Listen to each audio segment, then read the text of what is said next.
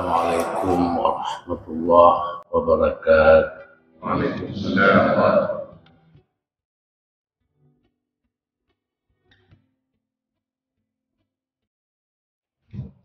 Al-Fatihah.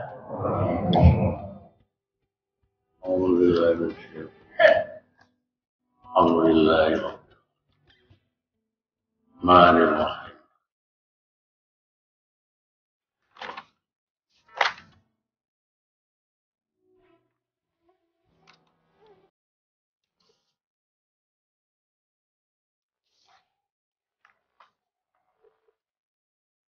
Alhamdulillahirabbil alamin. Allahumma shalli ala sayyidina Muhammad wa ala alihi wa sahbihi ajma'in. Puji syukur kepada Allah, mana selalu Allah melimpahkan rahmat karunia-Nya kepada sekalian. Salawat dan salam atas junjungan alam Nabi besar Muhammad sallallahu alaihi wasallam dan keluarganya sekalian. Muliaan Allah muliakan Buya beserta keluarga sekalian dan tak pengikutnya sekalian. Itu juga penghormatan kepada Gubernur MPTT, wali, dan seluruh wali-wali kampung, dan pada Komandan Pak Elia hadir ya, pada Ketua Khadam dan ketua-ketua petinggi-petinggi dalam MPTT, para jamaah, ayah-ayah, ibu-ibu sekalian yang dirahmati Allah. Alhamdulillah pada malam ini, malam yang kesekian kita melakukan rutinitas di Masjid Raya Baitur Rahman, yaitu acara tauziyah, pembahasan tentang kajian tauhid tasawuf atau tauhid sufi, dan diiringi dengan ratib survei. Alhamdulillah, dulu pernah minta sama Abu ya, bagaimana kita hidupkan satu lagi amalan di Masjid Raya. Kita kembalikan Masjid Raya ini seperti semula asal yang pernah dihidupkan oleh ulama yang hebat, yaitu Abuya Syekh Muhammad Wali Al-Khalidi. Aku tawajuh sama waktu. Maka disebut oleh Abuya sah itu jangan dulu. Nah, maka Jakat Purbasa'ah Abuya memerintahkan tambah lagi amalan supaya bertambah kuat agama kita, khususnya di Aceh, dengan jalur mengamalkan tariqat An-Naqsyabandiyah. Maka jamaah sekalian, asalnya tariqat itu adalah tariqat Nabawiyah dan tariqat yaitu Salafiyah. Enggak dengar. Oh iya. Jelas jamaah. Jelas ya. Maka tariqat jalur Nabawiyah, itu masa Nabi. Ya, pengamalan yang berlaku pada masa Nabi. Maka muncul abad yang ketiga jalur tariqat salafiyah.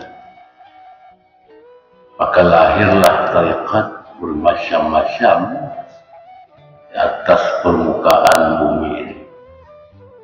Ada tariqat Qadiriyah, Syekh Abdul Qadir Al-Jailani terbaik.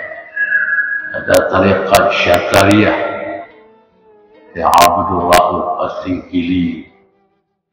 Ada tariqat Al-Khaddad, Syekh Abdullah Al-Alawi Al-Khaddad. Dia Syekh ini dibawa oleh Abu yang mulia Allah Yarham, Abu Hasan Khumkali, ulama karismatik Syekh tertua Allah Yarham. Termasuk tariqat, ya, tariqat Naqsyabandiyah. Kalau di Aceh, tariqat itu dibawa oleh yang mulia abunya kita bersama, Syekh Muhammad Wali Al-Khalidi. Maka penerus beliau sampai kepada abuya kita, abuya Syekh Haji Amran Wali Al-Khalidi. Dan tidak ada keraguan, ya, tidak ada lagi keraguan pada kita semua. Mursyid yang kamil, mukamil, abuya kita Syekh Haji Amran Wali Al-Khalidi, bayat daripada Syekh Abu Al-Haidarus Al-Kamfar. Maka oleh karena demikian jamaah sekalian, tariqat-tariqat yang bertebar di atas permukaan bumi ini tujuannya satu aja. Tujuannya tidak ada lain adalah untuk dekat diri kepada Allah. Maka menjadi wajib bagi kita semua, wajib bagi kita Jawa Bandung untuk mengajak umat, mari kita tempuh jalur tariqat supaya lebih mudah dekat untuk mengenal Allah Subhanahu wa Ta'ala. Contoh sudah sering kita dengar dan sering bahkan kita sudah ada di kepala, dan lengket di kepala kita. Banyak tengku-tengku guru-guru kita sekalian, masuk Abi Pano, Abi Yusuf, Ahmad Fauzan, dan lain-lain guru-guru kita dirahmati oleh Allah, dimuliakan oleh Allah. Sering sekali mungkin kasih gambaran contoh-contoh tentang tariqat. Maka malam ini jamaah saya kasih contoh juga. Contoh ibarat mobil itu adalah syariat.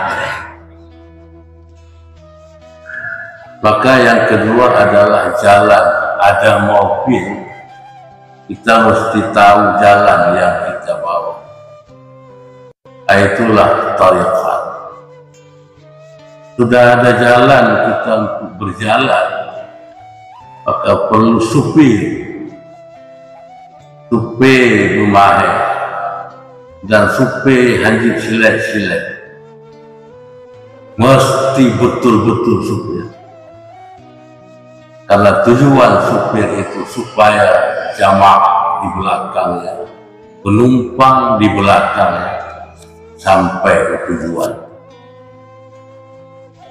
Tujuan supir itu jamaah di belakangnya, pengikut di belakangnya selamat dalam perjalanan sampai tujuan. Makanya supir yang benar-benar supir tidak pernah tidur, tidak pernah lengah, tidak pernah lelah, tidak pernah ada keodoran, selalu sehat walafiat dan selalu memperjuangkan supaya bertanya umat Nabi Muhammad selamat di akhir hayat pulang menghadap. Itulah namanya supir mursyid yang kamil mukamil. Maka jamaah, kalau kita lihat secara batin, jangan batin, kita lihat secara zahir, sosok mursyid perjuangan yang sangat hebat. Belum pernah kita dapat di akhir zaman sekarang lain daripada Abuya Syekh Ali Amran Wali. Saudara lihat sendiri bagaimana perjuangan. Bahkan kalau kita kisah kehidupan perjuangannya, walaupun kita jarang jumpa, merinding boleh jemaah. Disakiti, dikatakan ini, dikatakan itu, dihasad, ya. Bahkan berani orang mengatakan sesat, kafir, dan lain sebagainya. Oleh tanya pengikutnya, itu semua adalah didikan untuk kita, bukan didikan untuk Abuya. Apapun yang Abuya alami, apapun yang Abuya rasai, semua adalah didikan bagi murid-muridnya, pengikut-pengikutnya. Maka menyebutnya wahai sabar takun wa Abuya.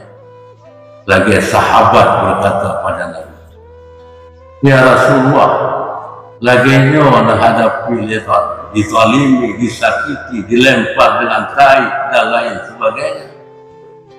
Akan Rasulullah bala hari tiga. Makanya jamaah tauhid tasawuf ini banyak saksian, banyak fitnah, banyak hasad dengki, banyak orang yang iri, banyak orang yang cemburu. Maka bermacam bentuk yang dialaminya. Tipu salah, Abuya penyekat, Abuya balak, karena kenapa tidak dibalas? Nabi Rasul, jangan. Ada seorang Nabi jangan mendidik kebatinan para sahabat.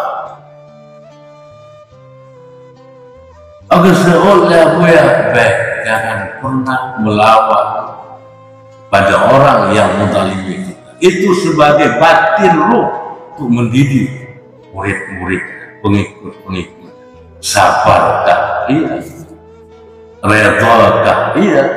Dan lain sebagainya.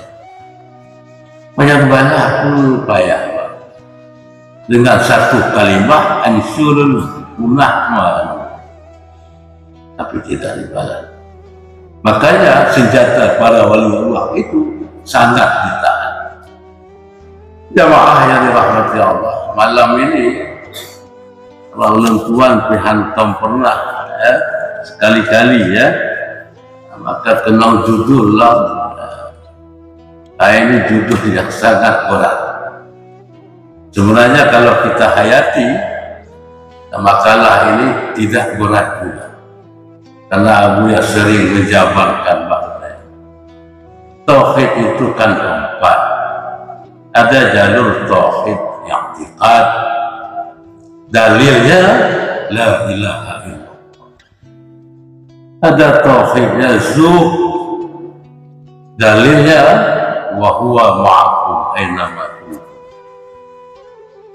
Ada tauhid syuhud, dalilnya syahidallahu annahu la ilaha illa anta. Ada tauhidnya wujud, itulah dalil qul huwallahu ahad. Maka syuhud dengan wujud duluan syuhud jamaah sekalian. Yang kamu komandung dan kepahaman jamaah. Maka yang perlu kita cari sekarang apa? Rahmat kasih sayang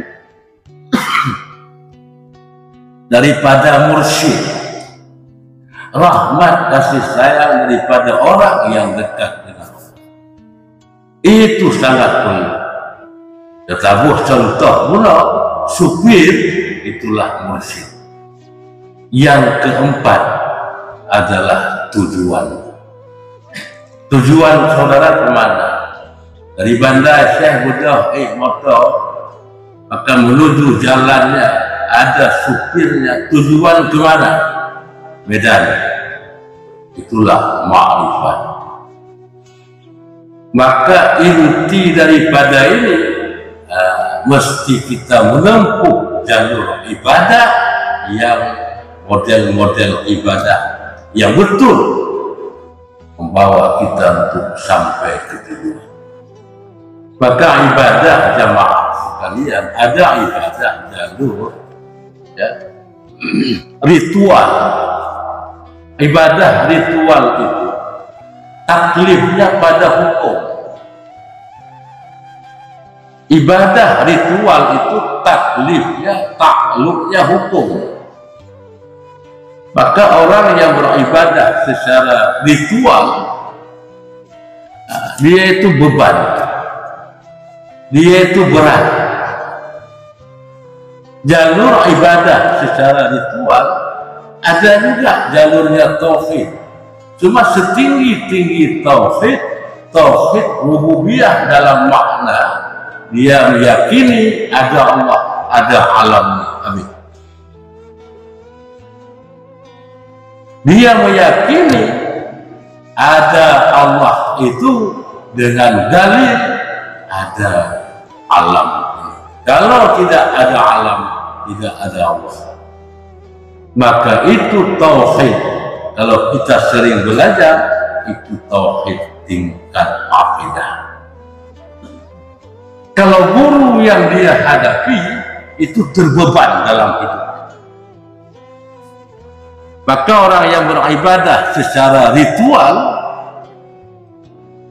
beban, ini mesti zikir, perintah gurunya mesti zikir 1000, mesti zikir 2000, mesti penuhi albunmu 1000, 5000, 10.000, mesti penuhi roh 10.000, mesti penuhi sir, hafa, apa itu?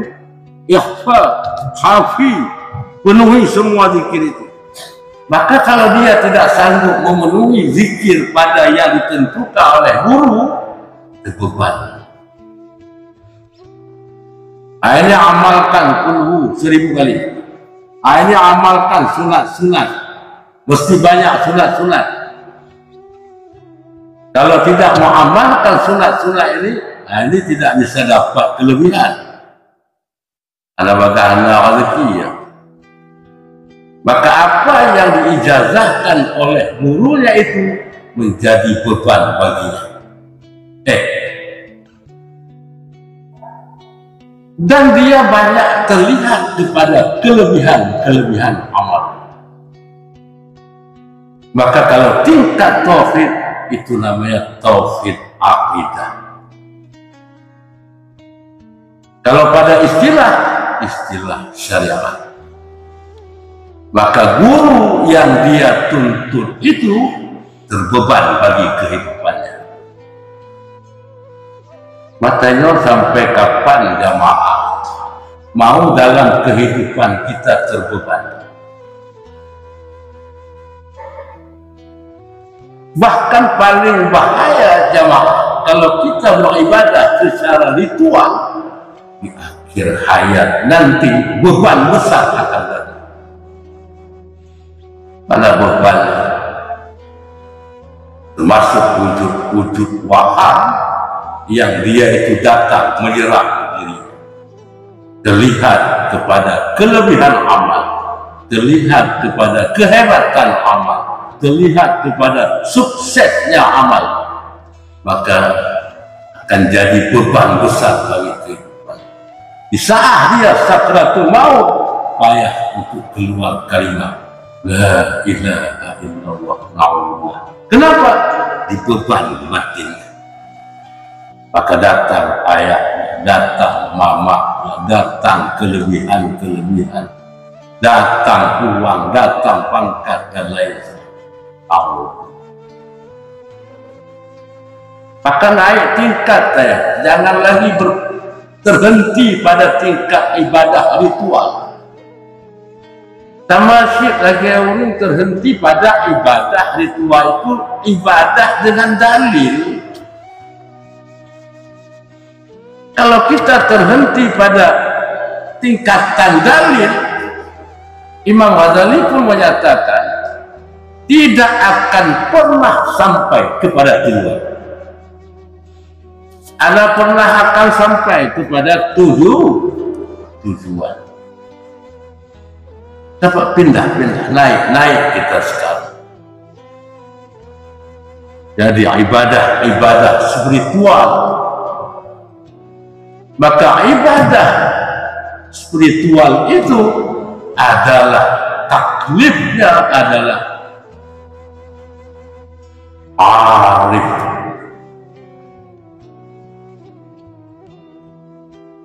Coba berpindah, naik kepada ibadah spiritual. Taklifnya adalah, hukumnya adalah ma'rifat. Kalau ibadah ritual, belum dia mengenal Allah, masih mengenal dalil-dalil. Kalau naik kepada ibadah spiritual, itu taklifnya ma'rifat. Maka inti ma'rifat itu dalam ibadah spiritual. Karena bimbingan ibadah spiritual ini adalah roh batin hati. Maka pada makna roh batin itu akan bisa syuhud dia. Pada makna roh batin itu akan bisa wujud dia. Maka naik dia. Ibadah spiritual itu adalah intinya ma'rifat kepada Allah. Sama khatib sabi-sabi malam Senin, inti ma'rifat. Tatawajud ma'rifat. Sungguh Hudayb tanya sedih jamaah. Apa sedihnya? Abuya menulis dalam makalah, la yasihhul ibadah illa bima'rifatil ma'bud. Tidak sempurna ibadah, tidak sah ibadahmu kalau kamu tidak mengenal yang kamu sembah. Macam bahasa Syekh lagi orang bodoh.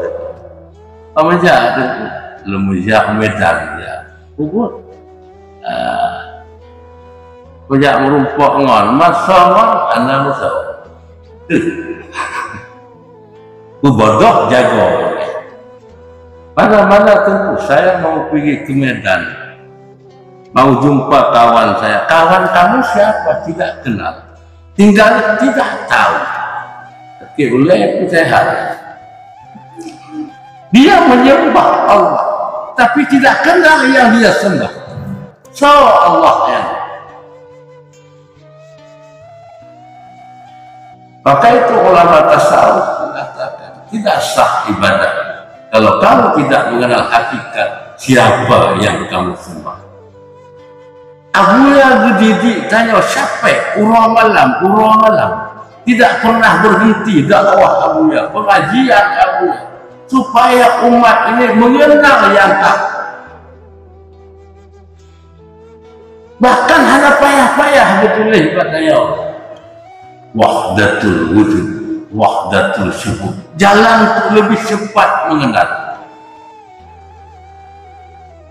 Coba secara logika aja jamaah. Masa kita menyembah Allah tapi Allah tidak kita kenal. Lebih tak sembah musalla, tak sembah jika sembahyang, tak sembah bintih masjid, bimbang masjid, berbedaan. Maka orang yang terhenti pada pandangan dalil, payah jemaah kita aja. Karena keegoan dirinya besar, kesemburuan dirinya besar. Payah saja, yuk jamaah kita zikir. Beganya arti obek. Yuk tawajuh, beganya. Bahkan yang paling bahaya adalah menjelekkan orang lain, menyesatkan orang lain. Padahal lebih hebat orang yang sudah terhenti pada tingkat dalil, orang yang sudah sampai kepada tingkat madlul. Lebih hebat orang yang sudah sampai tingkat madlul. Makanya untuk tobat tingkat madlul, syari ilmu jalurnya wahdatul syuhud, wahdatul qulub. Lembuh sentuh jamaah muda. Daulah tua ada bosan-bosan lembuh contohnya. Dimanapun ada ulang-ulang kaji. Baik bahatif kawin, baik bahatif kematian dan lain-lain sebagainya. Tingkat-tingkat bawah pakai saya, kaget saja. Tingkat-tingkat banyak pakai saya. Maka tingkat rendah pakai. Sudah tapi contohnya supaya orang baik terhenti tingkatan dalil. Maka contoh gini, contoh jamaah ayah-ayah sekalian, di saat berjalan menjumpai sebuah rumah yang indah, sebuah rumah yang indah dengan keindahannya. Rumah lupa ya, rumah Pak Gubernur, rumah Pak Gubernur, Pak Gubernur MPTT. Kenapa rumah ini? Ada ya, hadir ya. Rumah yang indah, rumah yang cantik. Di saat kita melihat rumah itu, kita lalai dengan kecantikan rumah.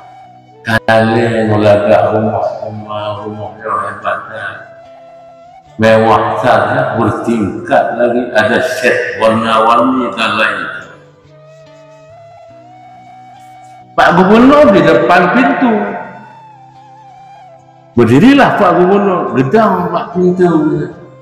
Jamaah ayah-ayah, masuk. Karena waktu lalai dengan kemewahan rumahnya, Pak Gubernur tidak nampak. Padahal Pak pintu gedang, tolong. Masuk. Di saat Pak Gubernur itu jenuh, tahu. Udah Pak Gubernur tamang rumah tutup itu. Di saat Pak Gubernur menutup pintu, jamaah ayah-ayah takajub. Terkejut. Udah waktu ada rompok tapi. Ada rompok dah. Besok datang jamaah ibu-ibu. Jamaah ibu-ibu di saat melihat rumah yang cantik itu langsung tertuju pandangan batin rohnya itu pada pemiliknya. Itu Pak Gubernur. Masuk ibu-ibu, masuk. Nah beda dengan orang agama Minang. Contoh jamaah ya. Contoh aja ya. Masuk ibu-ibu. Karena ibu-ibu sudah bisa syuhud pandangan dengan batin rohnya. Tidak lagi lalai dengan dalil mewahnya rumah, hebatnya rumah itu. Langsung tertuju kepada pandangan wajahnya Pak Gubernur. Masuk ibu-ibu masuk. Pada saat ibu-ibu masuk, Pak Gubernur yang dirahmati oleh Allah, minta maaf ini contoh ya. Saya tidak kasih contoh rumah ke Pak Gubernur Aceh. Masya Allah, rumah hebat Pak Gubernur Aceh. Pak Gubernur MPT. Maka kata Pak Gubernur masuk ibu-ibu masuk. Duduk yang baik. Itu makan terus apa ya? Anda buat apa soal? Bawa orang paju juga. Bukuan apa juga? Nabampang atau lampang. Dong boleh baru, tak pasal lantak, pasal buku yana. Udah, ini kasih amplop lagi. Ini mau pulang ibu-ibu, ini ambil uang.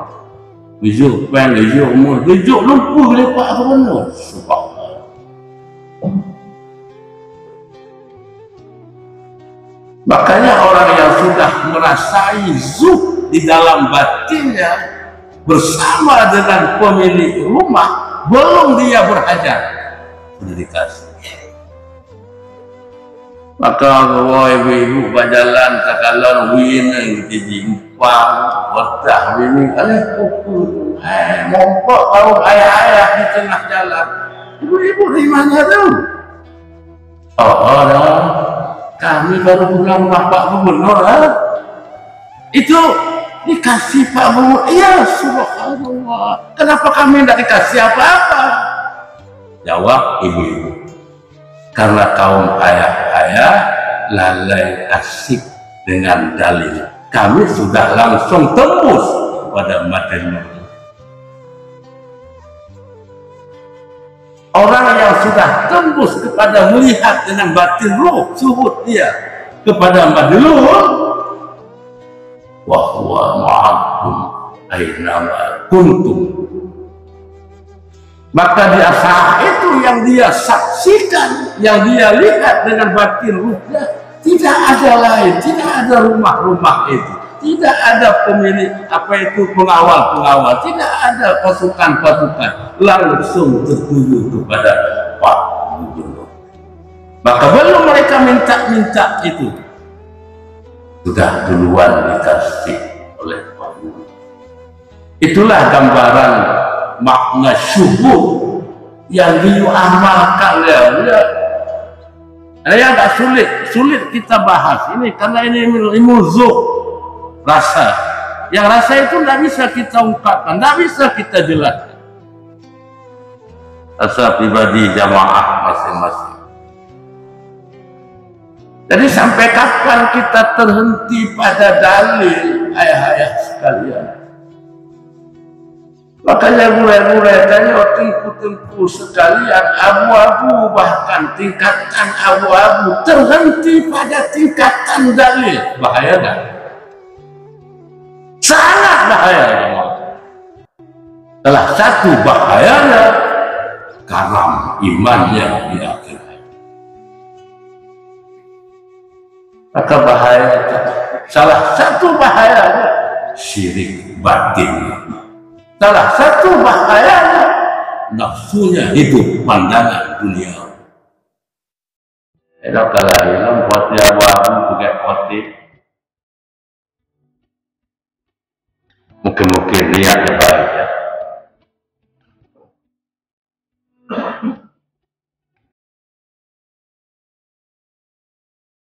Apakah kita tempuh jalur? Lantas orang tanya, jamaah sekalian, saya tidak yakin kepada Abu Yahya.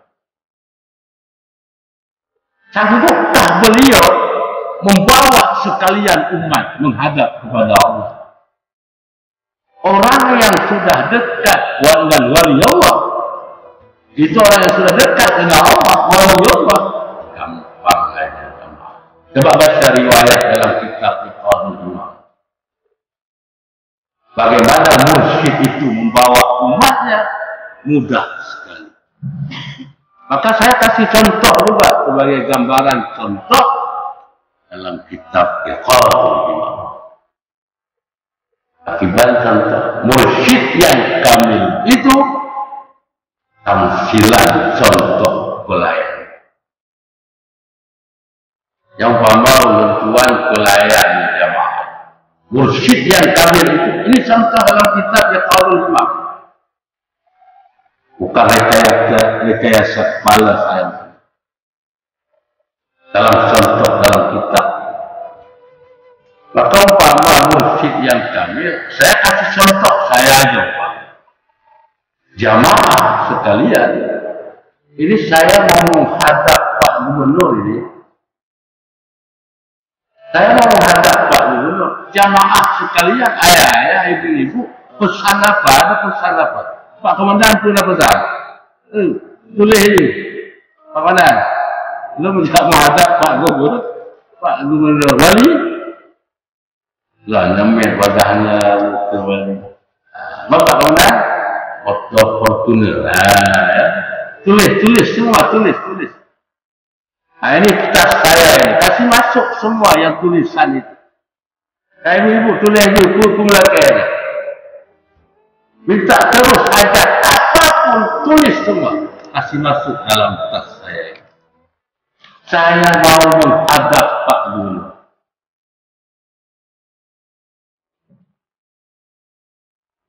Maka di saat saya sampai di hadapan Pak Gubernur,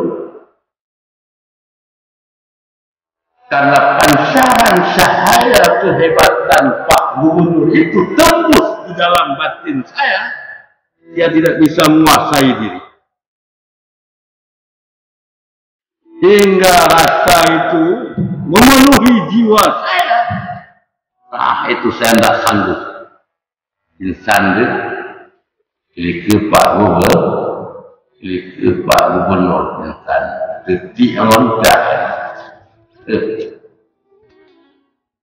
Kali saat saya pingsan, apa kata Pak Gubernur pada pengawalnya? Pengawal, coba lihat apa yang dia bawa.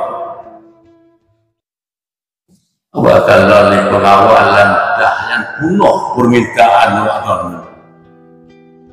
Apa kata Pak Gubernur? Coba penuhi permintaan kesemuanya.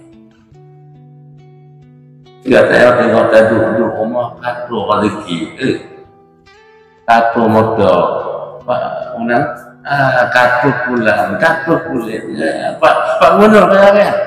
Betul. Sedang enak-enak tidur, sudah sampai kemudahan, sampai hajat saudara dipenuhi oleh Allah, semua kebutuhan saudara itu dipenuhi oleh Pak Gubernur, penuhi semua itu. Coba keberkahan mursyid, karena zuk beliau itu hingga cuhud pandang, maka tenggelam kepada hakikat yang memandang. Itulah kegesaan yang hakiki. Mudah aja jemaah.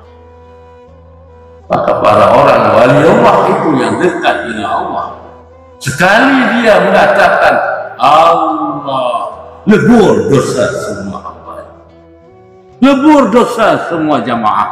Nah, inilah. Maka dalam kitab Tanwirul Qulub inti misalnya, jangan pernah lepas, jangan pernah tinggal apapun yang datang padamu, pemantau yang Ramadan, pemantau nikmat yang kekal Ramadan. Jangan pernah lepas melihat dalam batinmu keberkahan mursyid, keberkahan gurumu. Itulah jemaah sekalian, sepintas ini banyak kekurangan, banyak kesalahan. Bertingkatan wahdatus syuhud, saya mengatakan sekali lagi, wahdatus syuhud, yaitu wahdat. Maka kalau kita jabarkan makna makrifat kepada wahdatus syuhud, wahdatul wujud, panjang sekali. Lebih-lebih kalau kita membuka rahasia isyarat, itu lebih dalam lagi. Apa buka rahasia isyarat itu? Ma'rifat. Ma'rifat itu minnya isyarat itu main. Ghain itu isyarat itu gharib, arif billah. Ma'rifat. Ra itu isyarat itu ru'yah, syuhud. Fa itu isyarat fana. Ha itu adalah isyaratnya nuqtah. Ma'rifat yang sering kita baca, ma'rifat. Tapi kita belum tahu hakikat isyarat kepada makna ma'rifat. Maka intinya, kalau kita tidak bisa berma'rifat kepada hakikat, jangan harap keselamatan, jangan harap kebahagiaan, jangan harap kesejahteraan. Maka Abuya sering bertanya, kembalilah kepada hakikat ma'rifat Tuhanan yang Maha Esa. Itulah wahdatul. Sekian jamaah, banyak kekurangan, banyak kesilapan. Jelas cara dialog. Kapan-kapan nanti kita sambung penjelasan. Amin ya rabbal alamin. Juga kita maaf, Abu Gunung. Ini bukan makna menggurui, tapi saling mengingatkan. Insyaallah. Amin ya rabbal alamin. Assalamualaikum warahmatullahi wabarakatuh.